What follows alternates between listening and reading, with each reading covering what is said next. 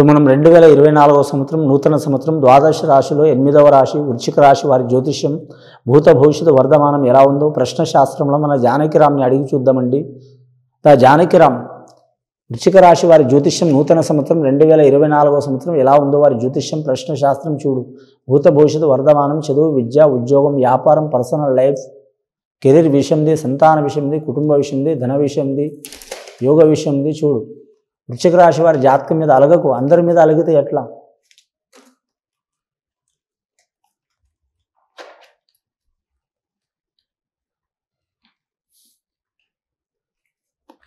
వృశ్చిక రాశి వారి జాతకంలో చెప్పాలంటే సబ్కా మాలిక్ ఏక హై అన్నట్టు షిరిడి సాయిబాబా వచ్చిండి వారి పేరు మీద. అలాగే వారి జాతకంలో చెప్పాలంటే మాత్రం శంకరుడు, పార్వతి, వినాయకుడు వచ్చిండు, సుబ్రహ్మణ్యేశ్వర స్వామి వచ్చిండు.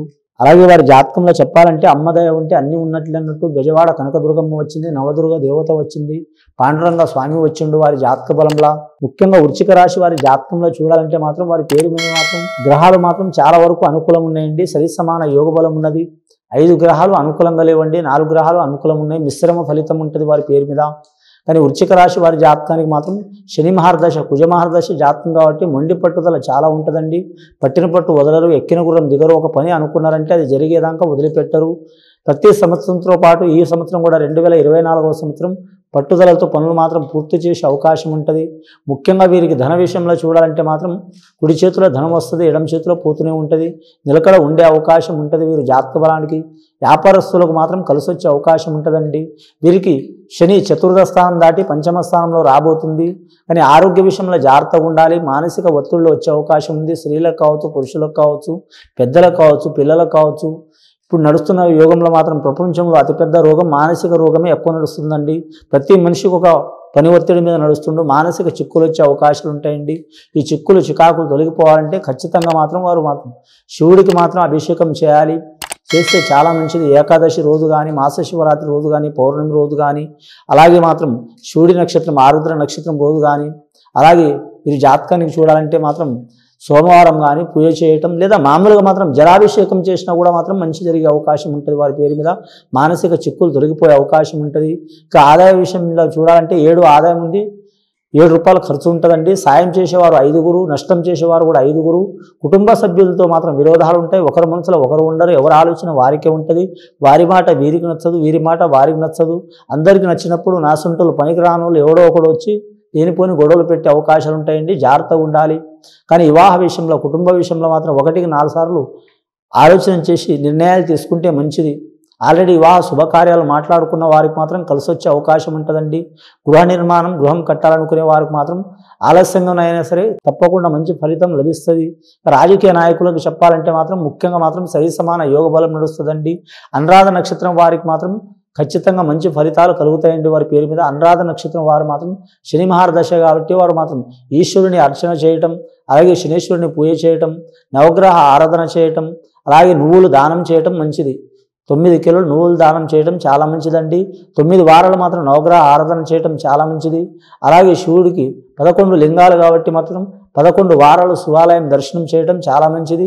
ఇది ఒకటేసారి చేయాలని ఏం లేదండి, మీకు వీలైనప్పుడల్లా చేయటం చాలా వరకు మంచిది.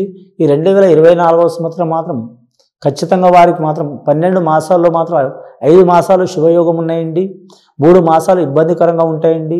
మిగతా వారి జాతకంలో 4 మాసాలు మాత్రం సరి సమానం ఉంటుంది వారి జాతక బలానికి. విదేశానం, ఏరే రాష్ట్రం, ఏరే ప్రాంతం వెళ్ళాలనుకునే వారు టైం తీసుకోవడం చాలా వరకు మంచిదండి. విద్యార్థులకు విద్య విషయంలో కలిసి వస్తుంది వారి జాతక బలంగా. న్యాయరంగం చదవాలనుకునే వారికి మాత్రం ఇబ్బందులు తప్ప వారి పేరు మీద. వైద్య రంగం వారికి మాత్రం కలిసి వచ్చే అవకాశం ఉంటుంది.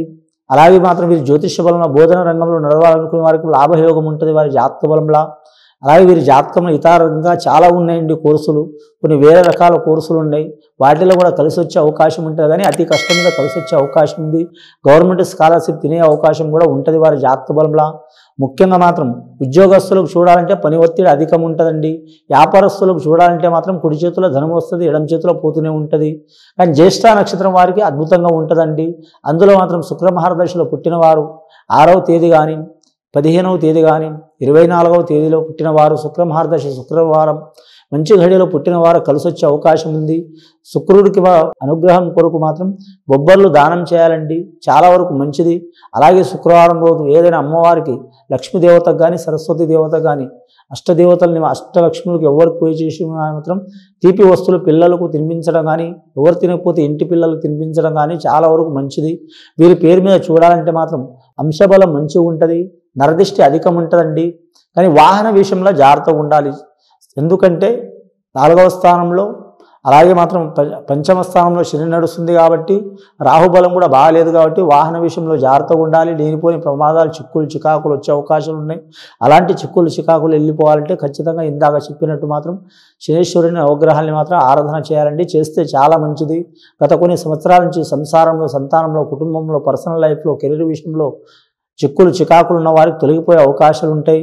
అలాగే వీరి జాతక బలంలో చూడాలంటే కళాకారులకు మాత్రం మిశ్రమ ఫలితం ఉంటుంది. డైరెక్టర్లు కావచ్చు, నిర్మాతలు కావచ్చు, నటీనటులు కావచ్చు, సంగీత కళాకారులు కావచ్చు, గీత రచయితలు రాసేవారు కావచ్చు, అందరికీ సరి సమాన యోగ బలం ఉంటుందండి. మిశ్రమ ఫలితం ఉంటుంది.